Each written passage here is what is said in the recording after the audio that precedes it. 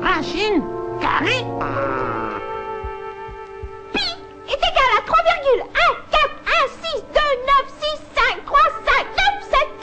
etc., etc., etc.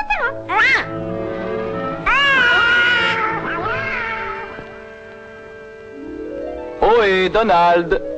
C'est moi. Au soir. Au pays mathémagique. Au point, C'est le paradis de la grande aventure. mais êtes-vous? Je suis un esprit. L'esprit même de l'aventure. Bon, ça va. Est-ce enfin? Je vous propose un voyage étonnant au royaume des mathématiques.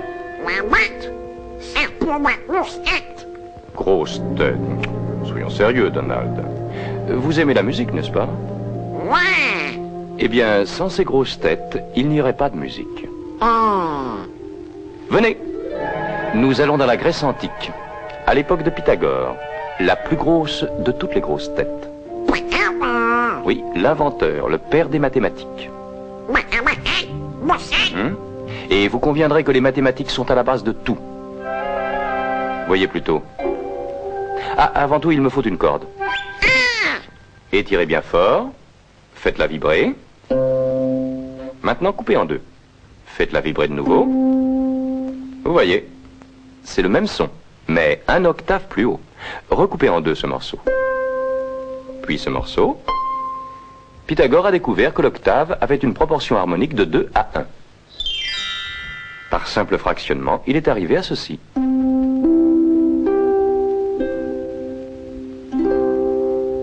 Partant de cette harmonie en chiffres, il a développé la gamme musicale que nous connaissons.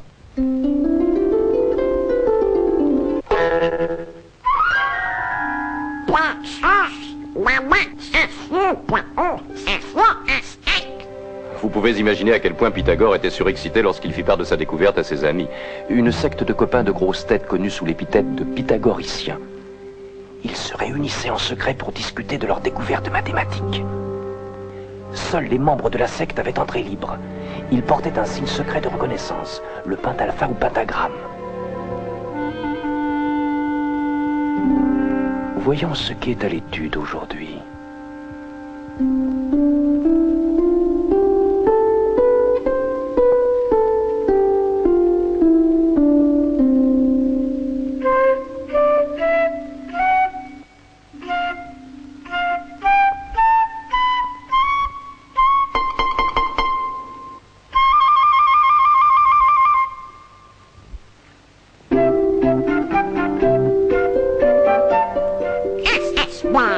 Chut, c'est une séance d'études. Ah ouais, faut que ça saute. Chut.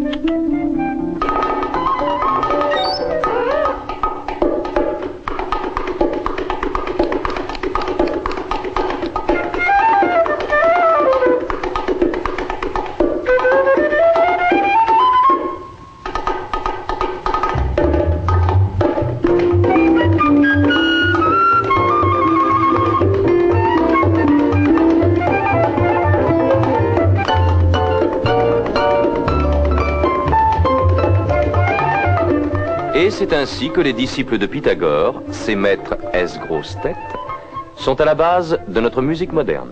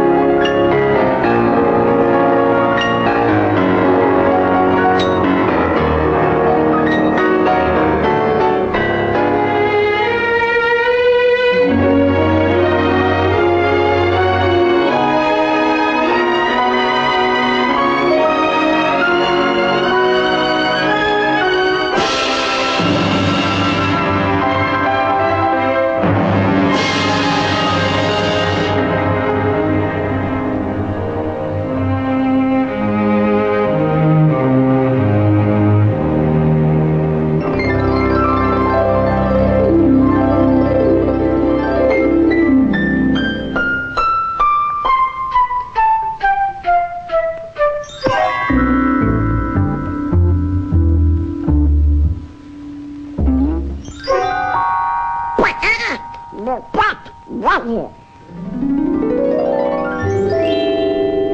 Chouette, me voilà, carré et pipe.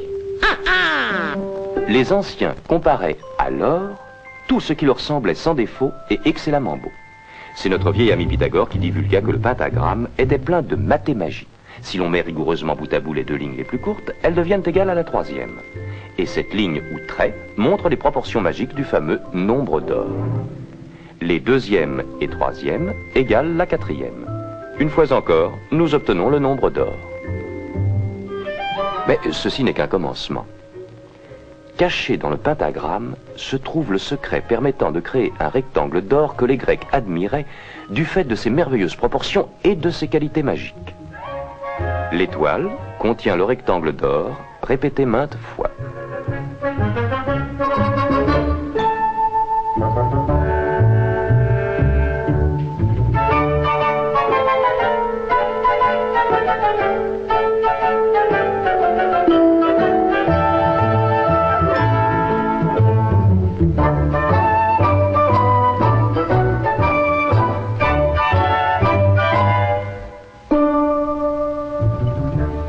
C'est une figure uniforme remarquable qui peut mathématiquement se reproduire à l'infini.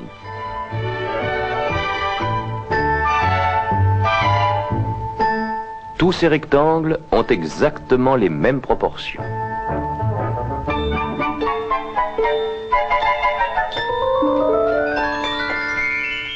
Cette figure contient également un hélicoïde magique qui répète à l'infini les proportions du nombre d'or.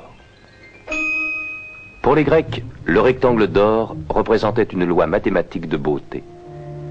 Nous le trouvons dans leur architecture classique.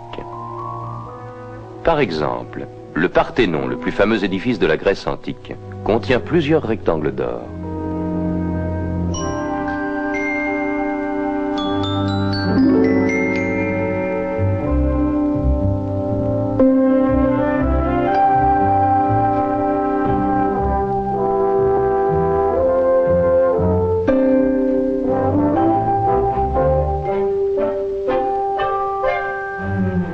Ces mêmes proportions d'or se retrouvent aussi dans la sculpture grecque de l'Antiquité.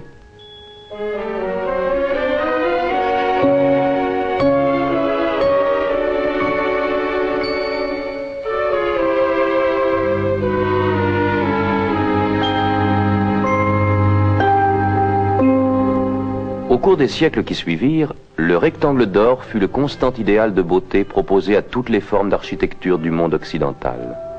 Notre-Dame de Paris en est un exemple extraordinaire. Ce n'était pas non plus un secret pour les peintres de la Renaissance.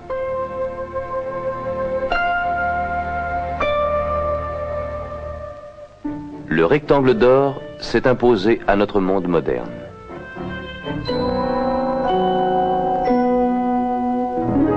Les peintres modernes ont redécouvert la merveille de ses proportions. En fait, on trouve cette proportion idéale dans la vie même. Oh, là là. Ça, c'est à moi. À moi, ça, à moi. Enfin.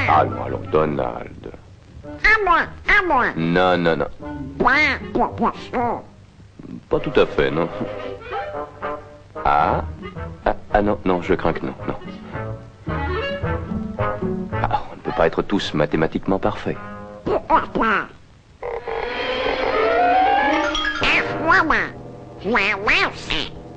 À présent que vous êtes empêtrés dans ce pentagone, voyons comment la nature utilise cette même forme mathématique. Le pétunia. Le jasmin étoilé. L'étoile de mer.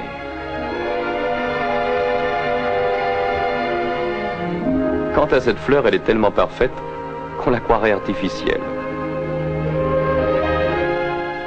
On trouve dans la nature des milliers de spécimens du type étoile, bien dignes d'être affiliés à la secte des pythagoriciens.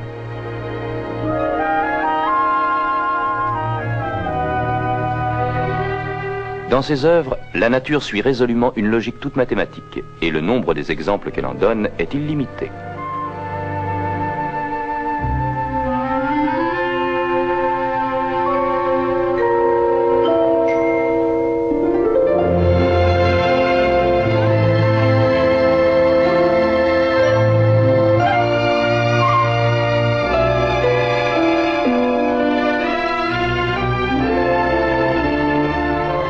Les proportions admirables du nombre d'or sont souvent remarquables dans les hélicoïdes ou formes en colimaçon de certaines inventions de la nature.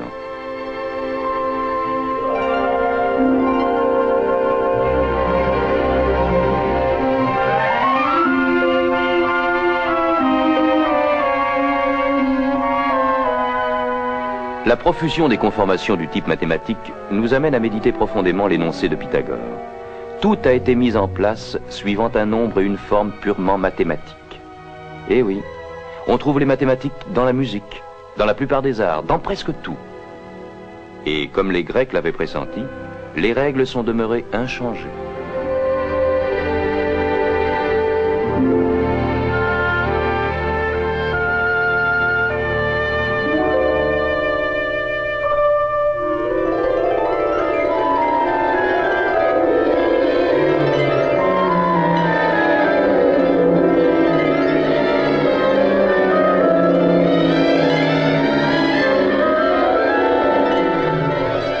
Alors, Donald, votre escapade géométrique vous a-t-elle satisfait? Oui, monsieur. Ma maître est Je ne vous le fais pas dire. Les mathématiques sont aussi à la base de certains jeux. ça va.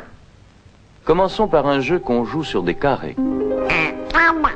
Non, les échecs. Ah ouais, maître. C'est une bagarre mathématique entre deux cerveaux. Un jeu qui, depuis des siècles, fait la joie des rois comme celle des manants. N'oublions pas que Lewis Carroll, fameux mathématicien doublé d'un écrivain, employa un jeu d'échecs comme décor de son roman À travers le miroir. Rappelez-vous, Alice s'y trouva en face d'un groupe pas particulièrement amical et ne goûtant pas la plaisanterie. Par le ciel, qu'est-ce ci?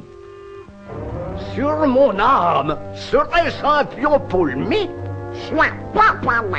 Soit Peu me chaud qu'il soit, Donald. Abracadabron. Ce pourrait être une Alice. Alice. Non et non, c'est un pion paulmé. Pion palmé? Arrêtez cette pôle. Esprit. À moi.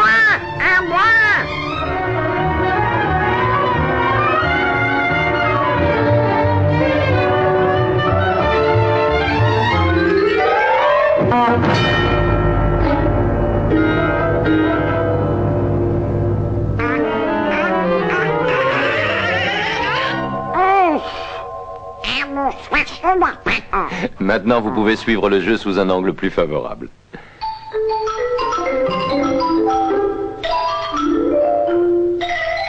Le jeu d'échecs est fait de stratégies savamment calculées. L'échiquier est géométrique, les coups sont mathématiques.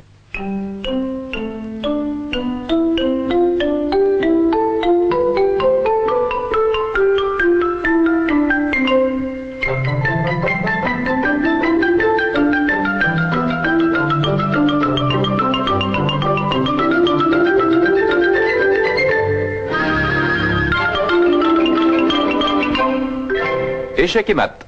Tout est fini, n'en parlons plus. D'une manière générale, on peut dire que tous les jeux se jouent sur des surfaces géométriques. Un terrain de baseball est carré.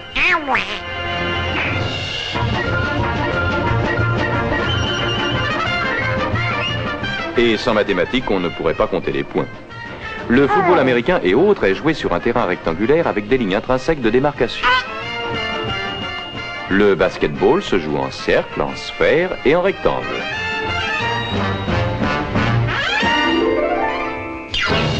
La marelle n'est que suite de figures à angle droit.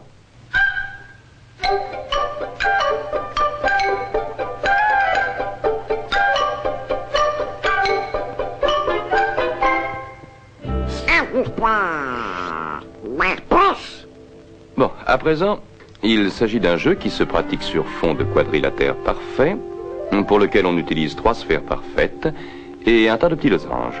Il s'agit du billard américain. C'est pour moi. Est-ce que par hasard vous sauriez y jouer?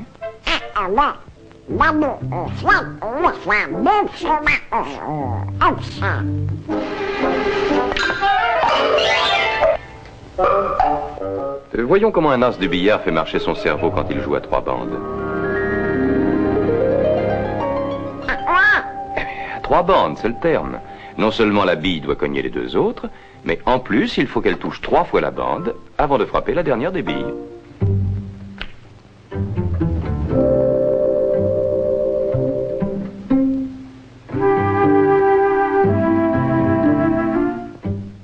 Un, 2, 3.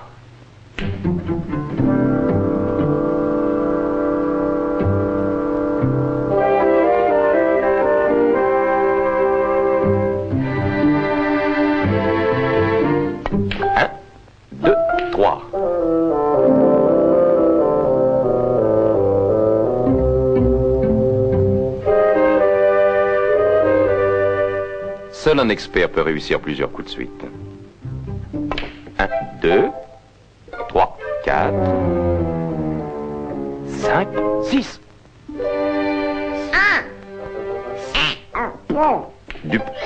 De la chance? Pas du tout. Pure technique. Pour jouer comme ça, il faut savoir calculer tous les angles de tir.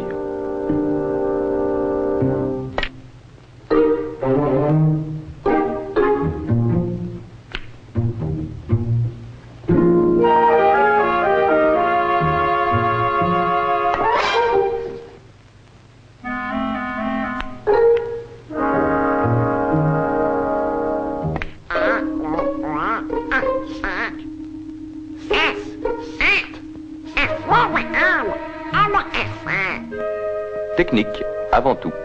Il frappe sa bille en bas de sorte qu'elle tourbillonne et revienne en arrière. En frappant la bille du côté droit, elle filera le long de la bande. Oh, ça demande beaucoup de pratique. 1, 2, 3. Et voilà. Mais si ce jeu exige une concentration et des calculs précis, notre champion calcule mûrement chacun de ses coups. Ce coup peut se jouer de deux façons. La première repose sur un coup de chance. Mais il y a mieux à faire. Par exemple, se servir des marques sur la bande comme sorte de guide mathématique. Tout d'abord, calculer l'angle normal pour frapper les billes visées. Et comprendre que pour ce faire, sa propre bille doit rebondir au point 3. Ensuite, se préparer à donner le coup. Et il a besoin d'un chiffre de position adéquate. Cela exige une série différente de chiffres. Absolument pas, à condition de savoir ce qu'on fait. Vous voyez la position de queue en 4. À présent, une simple soustraction. 3 retiré de 4 reste 1. S'il tire vers la marque numéro 1, il devra réussir le coup. C'est ce qu'on appelle, pour le système carré, jouer du carreau.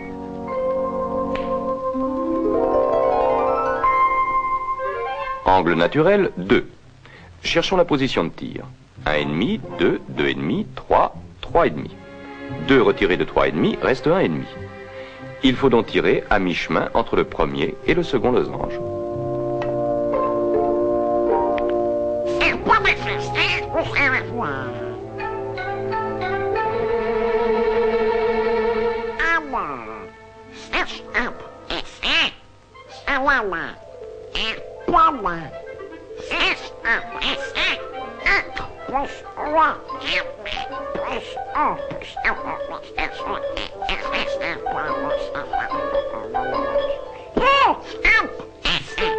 Ah non, Donald, les mathématiques ne se traitent pas au pifomètre.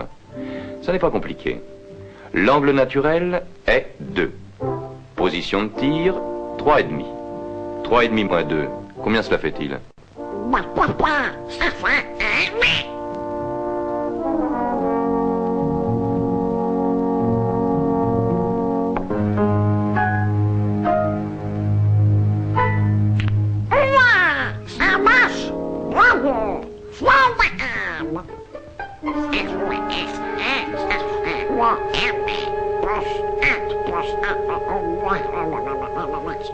Vous vous compliquez vraiment la vie, Donald.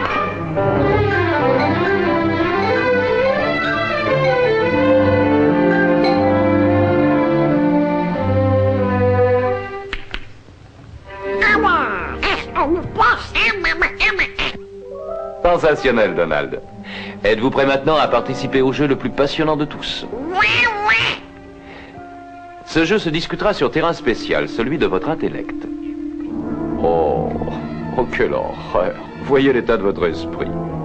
Idées surannées, faux concepts, superstitions et j'en passe. Pagaille. Ah, il va nous falloir lessiver tout ça.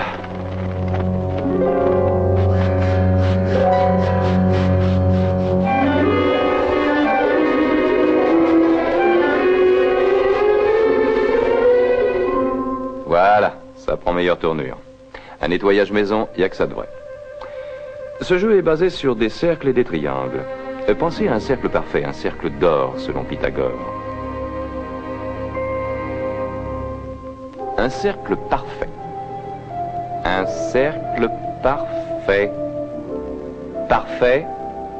Voilà. Insérez-y un triangle. Et faites tourner. Faites tourner vite. Qu'obtenez-vous? Une sphère. Ce qui se présente à l'esprit est la forme des objets. Faites sauter le sommet et...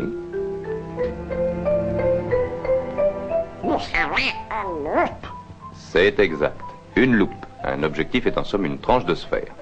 Tous les verres utilisés en optique sont fabriqués grâce à un processus rigoureusement mathématique. Les mathématiques sont mille autres choses qu'une suite de chiffres ou d'équations. Mais revenons à notre cercle et à notre triangle. Faites tourner. Nous obtenons quoi? La roue. Mais oui, la roue.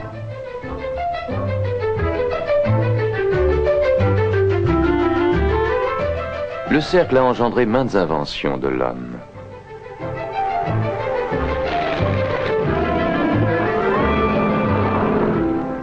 L'esprit peut créer les choses les plus extraordinaires.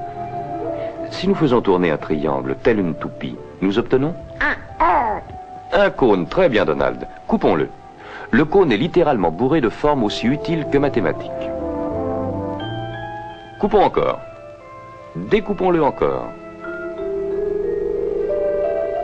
Les orbites de toutes les planètes, de tous les satellites, se trouvent dans le cône. Quelle que soit la manière dont vous le coupiez en tranches, vous restez dans le domaine des mathématiques. Cette tranche nous donnera le réflecteur d'un projecteur. Et celle-ci, l'objectif d'un télescope géant. Une ligne sur un cône nous donnera au choix soit une vrille, soit un ressort. Le ressort qui est à la base de maintes mécaniques.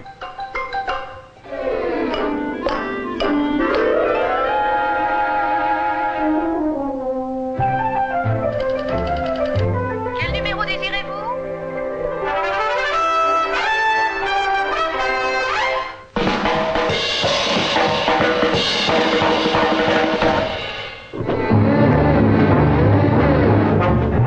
C'est l'intelligence qui engendre et engendrera chacune des réalisations scientifiques de l'homme.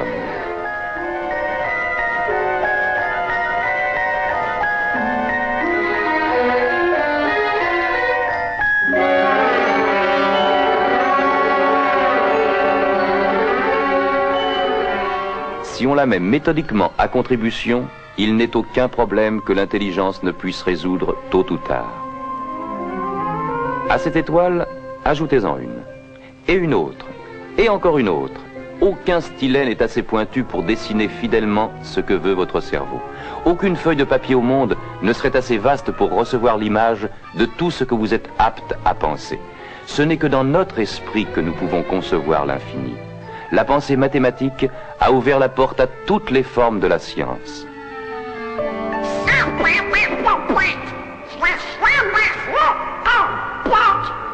Chaque découverte en amène d'autres.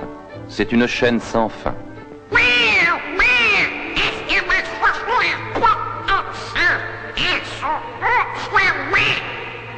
Et bien sûr qu'elles le sont. Ce sont les portes de l'avenir. La clé en est... Parfaitement. Les mathématiques, les trésors incommensurables de la science sont empilés derrière ces portes. En temps venu, elles seront ouvertes l'une après l'autre par l'esprit de recherche des générations à venir. Selon les paroles de Galilée, les mathématiques sont l'alphabet grâce auquel Dieu a écrit l'univers.